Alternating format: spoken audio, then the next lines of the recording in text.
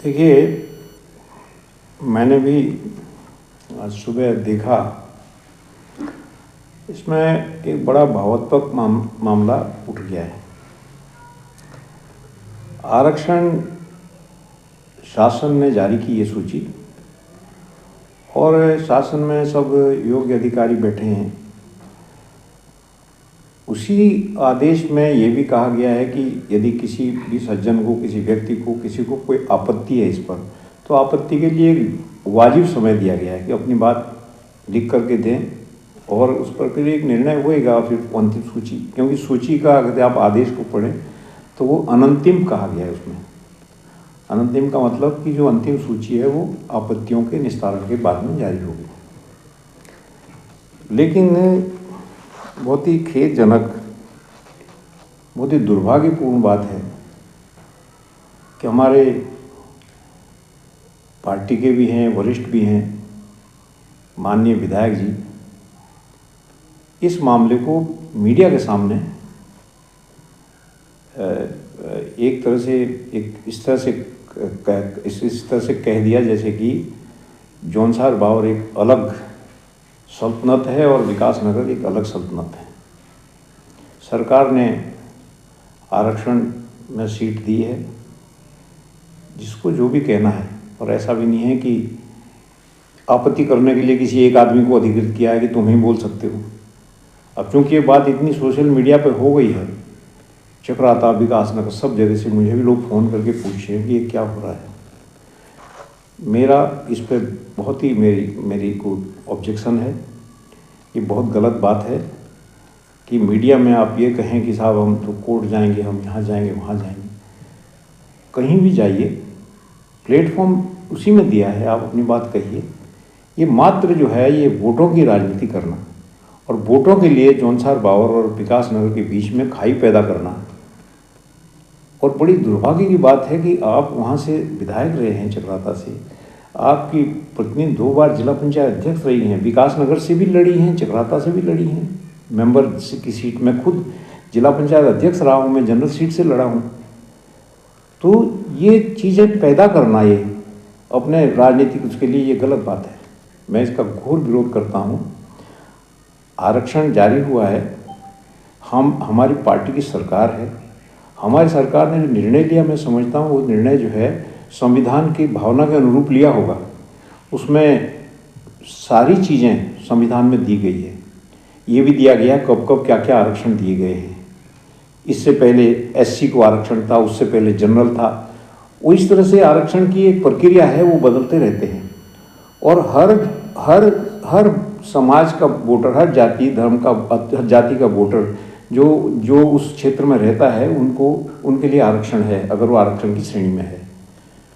मैं ना तो इस आरक्षण का मैं विरोध करता हूँ जो सूची हुई है, ना इसका कोई मैं कोई इसका पक्षधर दूँ कि इस पर कोई राजनीति की जाए। इसको राजनीतिक प्लेटफॉर्म, क्योंकि समय है, जिसको अपनी बात कहनी वो वहाँ कहें।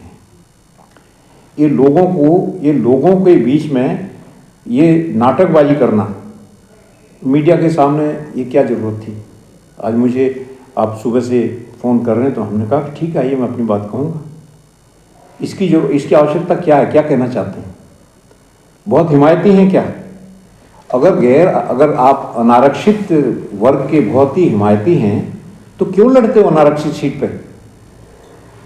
आप आरक्षित सीट पर लड़िए, आप तो एसटी के ना, वहीं तो लड़ते थे आप। ये कहीं कुछ रोल करना, कहीं कुछ रोल करना, ये छोड़ देना चाहिए। देखिए, हमारा जौनसार बावर और पछुआ दून आज त्यूनी से लेकर के प्रेम नगर तक एक परिवार बन गया है। सब आपस में मिलजुल के रहते हैं। ये खाइया और ये वैमनस्य पैदा करने की भावना ये छोड़ देनी चाहिए। हमें तो कोई किसी तरह का, हमें ये लगता नहीं कि विकास नगर में यहाँ पढ़ा लिखा हूँ, यहाँ पर से पूरी राजनीतिक जीवन भी यहाँ बहुत लंबा आपने गुजारा है। हमें कभी ऐसा लगा नहीं है कि इससे पहले वर्तमान में जो निवर्तमान अध्यक्ष हैं वो उत्तरकाशी की रहने वाली हैं। चूँकि एससी की सीट थी, उनका यहाँ पर वोटर लिस्ट में नाम था, यहाँ उनका घर था, तो वो बन गई, किसी ने कोई आपत्ति नहीं की। उससे पहले कभी कोई जनरल कैंडिडेट रहे तो उनकी भी कोई आपत्ति नहीं हुई, उनके बारे में भी कभी कोई शिकायत तक नहीं हुई है। कभी किसी ने कोई ये नहीं कहा है कि इनको क्यों सीट दी गई है। ये पहली बार विकास नगर के इतिहास में ये पहली बार मैं देखने को मिल रहा हूँ, मेरा भी यहाँ बचपन से लेकर अभी तक समय गुजरा है, कि एक आरक्षण की सूची पर सार्वजनिक रूप से ये इंगित करते हुए, चूंकि यहाँ अगर जनजाति की सीट है तो एक तरह से वो जौनसार के ही लोग हैं यहाँ पर, जनजाति के लोग, और जनजाति के लोग तो हैं भी नहीं सीट पर, तो आप इसको सिर्फ ये दिखाने के लिए या क्या जताने के लिए, हमें नहीं समझ में आया। ये गलत बात है। जिसको जो आपत्ति है वो अपनी आपत्ति को वहाँ दर्ज करे। कल अगर सरकार इस पर निर्णय करती है और कहती है कि ये सीट जो है सामान्य को जानी चाहिए, तो मैं कहता हूँ कि हम पार्टी में रह के हम पार्टी के सिपाही पार्टी के लिए काम करेंगे। यदि कहीं त्रुटि हुई होगी या किसी को ये समझ में आता है कि मैं बहुत ही ज़्यादा बुद्धिमान हूँ, मैं ही बुद्धि बांटता हूँ सारी दुनिया को, तो अपनी बुद्धि वहाँ बांटें, जा करके चुपचाप शासन में बात करें, लिख के दें जो करना है। मीडिया को बुला करके ये कहना कि हम वहाँ जाएंगे यहाँ जाएंगे, राजनीति धमकियों से नहीं होती है। राजनीति करनी है, समाज सेवा करनी है, तो मेरा कहना यह है कि आप अपना काम उस तरह से करिए जिस तरह से जिस तरह से लोग चाहते हैं। लोग यहाँ बहुत खिन्न है, कल से जो है हर तरह की बातें उठ रही हैं, हर तरह के सवाल उठ रहे हैं, कोई कुछ बोल रहे, कोई कुछ बोल रहे हैं। जौनसार बावर की जनता ने क्या बिगाड़ा, विकास नगर की जनता ने किसी का क्या बिगाड़ा? तुम उनको भिड़ाने के लिए जो है ये कहानियाँ गढ़ रहे हो। तो वहाँ जाके बेटी आप सत्ता के विधायक है, सत्ताधारी दल के विधायक है, सत्ताधारी पार्टी में बात करिए। मुझे इतनी बात इसमें कहनी है।